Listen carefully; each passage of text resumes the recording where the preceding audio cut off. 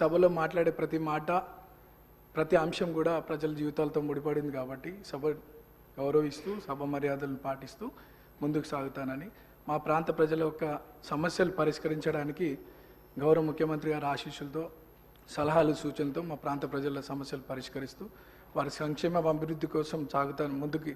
అదే నా లక్ష్యంగా పెట్టుకొని ముందుకు సాగుతానని. అట్లానే మా ప్రాంతంలో కృష్ణానగర్ అనే ఒక ఏరియా ఉంది సార్. దాదాపు 30-40 సంవత్సరాల నుండి అక్కడ వర్షాకాలంలో చాలా వర్షం వల్ల చాలా ఇబ్బందులకు గురవుతున్నారు ప్రజలు. మా మంత్రులు అధికారుల దృష్టికి తీసుకెళ్ళినారు. అది పని కొద్దిగా ఆలస్యం అవుతుంది, తొందరగా పూర్తి చేయాలని ఒకటి సభ ద్వారా కోరుకుంటున్నాను.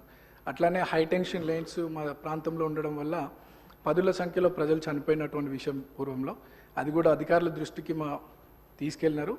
అది కూడా అండర్ గ్రౌండ్ కేబులింగ్ ఫాస్ట్గా చేస్తే ఆ ప్రాంత ప్రజలు సురక్షితంగా ఉంటారనేది ఒక సందేశం మీ ద్వారా అందిస్తున్నాం అధ్యక్ష.